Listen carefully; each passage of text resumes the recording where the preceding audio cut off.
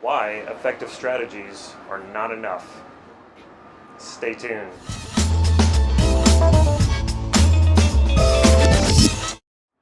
This is Damon Cart from NLP Gym. Why effective strategies are not enough. If you haven't already, please click subscribe right down here to this YouTube channel so you can get these videos on a regular basis. The video you're about to see was taken from the live practitioner training that I've been doing over the course of 8 months, 8 modules over 8 months, which I'll be relaunching online in January. Here's an excerpt from that where I'm discussing strategies. We're going to keep moving forward with strategies. I'm going to do a bit of a recap on strategies. I'm going to give you more of the traditional way to do it. And when I do that, hold it loosely. You can spend a lot of time mastering strategies, but the payoff isn't as good. I want you more to understand strategies and use strategies more as a way to pace somebody, to understand how they think, their thought process. But I don't want you to go too far into it to where you think this is everything, and I'm going to explain why I don't want you to do that. What happened at about the time that strategies became the totality of NLP, and it was, NLP was moving through these stages. In the beginning, it was about language. Then it became about reframing. Then it moved into, when it started adding things like anchoring, and then it got the eye accessing cues. And then they came to this point where they said, oh, it's all strategies. And that it started out something like, well, we got the VAK, right? Visual, auditory, kinesthetic. And then it turned into, well, we can, let's be specific about the visual. There's a visual internal, visual external. Okay, so now we have that. Visual internal is a picture, an image, or a movie I see in my head versus something I see externally. And then you got the auditory. Same thing. You got auditory internal, you got auditory external, and then you have auditory digital. So do you know all the differences between these three? Already your head's going, whoa. Okay, so this is what I hear inside, right? Nobody else can hear it. Like if I hear music in my head right now, you're not hearing it, right? So it's internal. But if there were music and we all heard it, then it would be external. And then if I'm talking to myself, that's auditory digital, okay? We don't really go into the taste and smell, but you could if you were a sommelier or a chef or a wine person. You might want to go, and if you want to model somebody like that, then you would probably need to do that.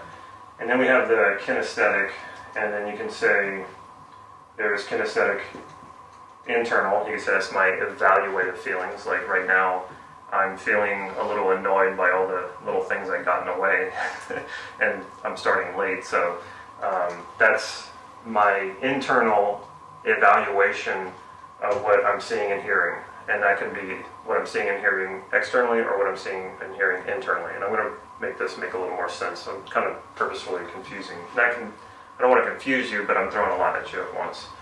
So then you have kinesthetic, we could call that tactile, and we've talked about this. There's a kinesthetic with actual touch, external touch.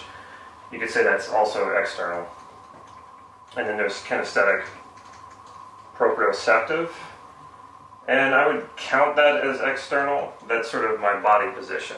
If I close my eyes and I do this, I know my hand is up. I know where my body is in space and time, even if I'm not using my visual and auditory senses to know that. And then you can say, with this one, you can use plus or minus. So that would mean a negative feeling or a positive feeling. All right, you got all that? And so what NLP did at one time, it was around 1980, is they would set up a whole string of this. It looked like almost like computer programming of how they would set this up as to how a person made a decision, how a person learned something. We'll go through some of that, and how to model someone, their thought process, or how they do something. Then they kind of realized later it's not as important as they once thought.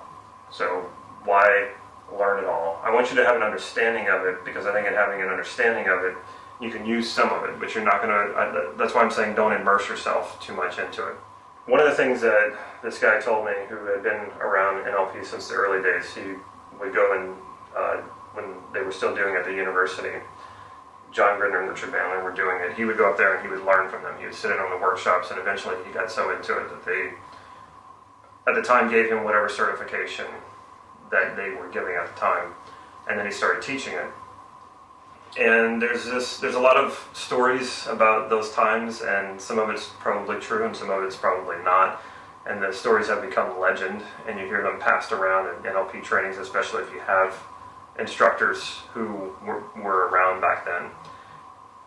So I started probing this guy and wanting to know more and more about what actually happened, and he was a little standoffish about going into it. And since Richard Bandler had sued everybody like in 1999, a lot of them had gone underground and just didn't even talk about NLP. There was a lot of coaches, even if they weren't teaching it, they just didn't talk about it. They were afraid of getting sued.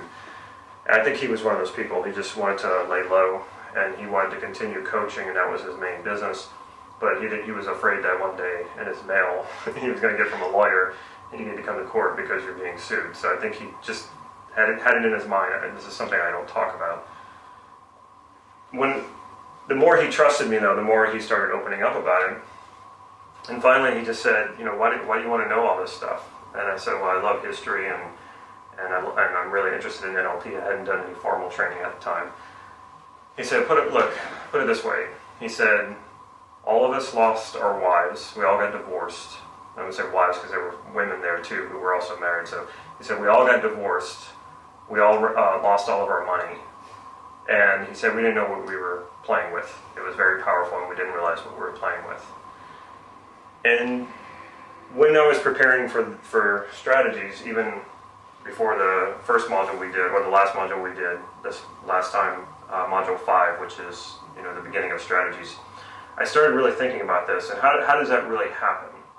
Well, if you have effective strategies, it doesn't mean that you're a good person. Because if you think about it, let's go the most extreme case. Hitler and the Nazis had very effective strategies, really effective strategies. What they were able to accomplish, and I don't mean that in a good way, but what they were able to pull off is absolutely extraordinary. They almost killed off an entire... Jewish people aren't actually a race, they're more a religion or a culture, but to almost kill off an entire culture like that, and then invading those other countries and taking over those other countries and everything. So they had some really effective strategies, but they were way missing out on a lot of other stuff. And in NLP, I think they reached that point where they became very effective in strategizing, and they had these really effective strategies so that they could accomplish a lot, but they were missing some things. So if we have this VAK strategy thing going on, well, if we're not clear about our values, and we have effective strategies without values, we could cause a lot of problems. If there's no vision, no understanding of an outcome and what that outcome is going to be like, then you can be very effective at doing really bad things, right? And then you've been hearing me talk about this since the beginning. If we don't understand ecology, then your strategies can be very bad.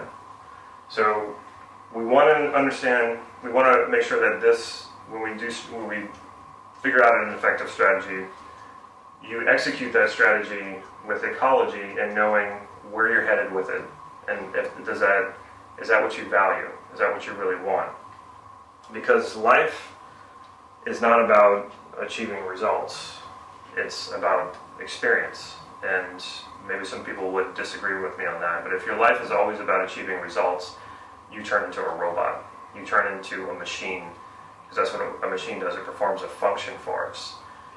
But I've met people like this. I've met people who get so good at strategies, and not all the time is it in NLP, but they just get really good at something that they forget what their values are, and they will run over people to get it done, and they're not understanding ecology, and they will hurt themselves. I was just looking at I'm friends with someone on Instagram who's a bodybuilder, and she's actually a professional bodybuilder, and she knows all the top bodybuilders. And I saw a picture of her with this bodybuilder. I'm going to leave names out, so after we turn the camera off, I can tell you who these people are. But this guy was massive, and I had seen him before in other videos, and he wasn't even competing anymore, but he's just enormous, and it didn't look good. You know, you knew he was on something, and he died at 46. And I'm not surprised. And he probably knew he was not going to live long. And even if you could achieve that naturally, and what I mean by naturally, if you were just like a genetic freak, like Andre the Giant, you can't. Being that big is not healthy. Carrying that much weight around is not healthy. It doesn't matter if it's muscle. It's still taxing on your body. So he had very good strategy for making that happen. You know, he wasn't naturally that big, so combination of his diet, how he worked out, and whatever drugs he was using to achieve that size, very effective strategy. Values, do you think he really valued that so much over, I mean, he probably, I would guess, my guess, and would be mind reading, is he wanted attention, and because wherever he went, I mean, he would obviously get it. He looked like a cartoon character. So he probably wanted attention, and if you scratch the surface of that, it probably was love. He probably wanted people to love him, or he wanted to experience love. And then when you realize, okay, well, you can do that without doing such harm to your body. Now with ecology, I think he was married, so I don't know if he had kids, but imagine, you know, when he thought outside of himself, like how was that going to affect the people around him? Not to mention, I mean, I can't imagine he felt good in that body, and if he was quasi-celebrity in that world, he probably got on airplanes quite often. I don't know how you sit even in first class with that size. Like it was just, I don't know. So anyway, I think he was missing ecology and values, but he had a very effective strategy. So I caution people about that, and some people are more strategies minded than others. An effective strategy alone is not enough. You need to be in touch with your values and go deeper with your values and ecology. So, check out my website, nlp-gym.com. Follow me on Facebook for real-time updates on upcoming workshops and talks that I'll either be giving or hosting. If you liked this video, please click like right down here. And as I mentioned before, if you haven't already, please subscribe. And also click the bell so you'll be notified when new videos come out. Remember to leave a comment or a question down below. I will follow up with you. Take care.